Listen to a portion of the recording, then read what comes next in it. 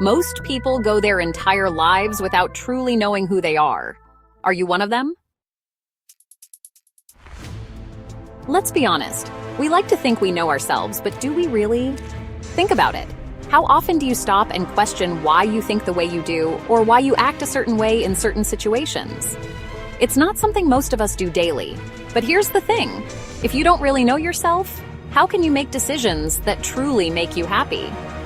Today we're going to explore what it actually means to know yourself, why it's so hard, and how you can get better at it.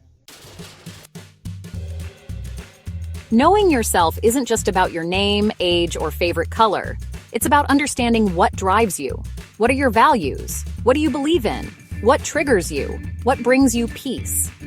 It's also about recognizing patterns in your behavior. For example, why do you procrastinate? Why do you react strongly to criticism? These aren't random habits. They're clues about who you are. Self-awareness has two sides. First, there's the internal side, understanding your own thoughts and feelings. Second, there's the external side, seeing how other people view you. Both matter. You might think you're confident, but maybe others see you as distant. Without both perspectives, you only know part of the picture. If knowing yourself is so important, why is it so hard? One reason is that we're constantly influenced by the world around us. From the time we're kids, we're told what's right or normal. Sometimes we end up chasing goals or living in ways that don't actually match who we are. Another reason is fear. It's scary to admit that some of the things we do aren't working, or that we've been holding on to beliefs that don't help us. For example, maybe you tell yourself you're fine being alone, but deep down, you're afraid of rejection. Facing truths like that takes courage. And then there's our own blind spots. You know how your friend might have a habit that drives you crazy, but they don't seem to notice? We all have habits or ways of thinking that we don't see, and those can block us from truly understanding ourselves. The good news? Self-awareness is something you can work on. It's not something you're born with or without. One of the best ways to start is by asking yourself questions. Not just surface-level ones, but real questions like, why do I keep making this same mistake? What am I really afraid of?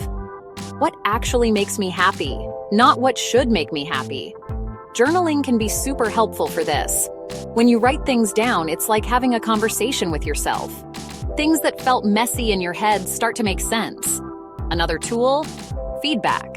Ask people you trust how they see you. It's not always easy to hear, but it can be eye-opening. Just remember, their perspective isn't the full story, it's just another piece of the puzzle. And finally, take time to just sit with your thoughts. No phone, no distractions. It's uncomfortable at first, but you'd be surprised what comes up when you give your mind some space. So, why does all this matter? When you really know yourself, life gets simpler. You make decisions that actually match what you want, not what you think you should want. You stop wasting time on things that don't matter to you. And your relationships get better because you understand your own needs and can communicate them clearly. On top of that, self-awareness helps you grow. When you understand why you do certain things, it's easier to change the things that aren't working. Knowing yourself isn't about being perfect. It's about being honest. It's about taking the time to understand who you are, what you want, and what's holding you back. So here's a question to leave you with. How well do you really know yourself? And what's one small step you can take today to get closer to the answer? If this video got you thinking, let me know in the comments.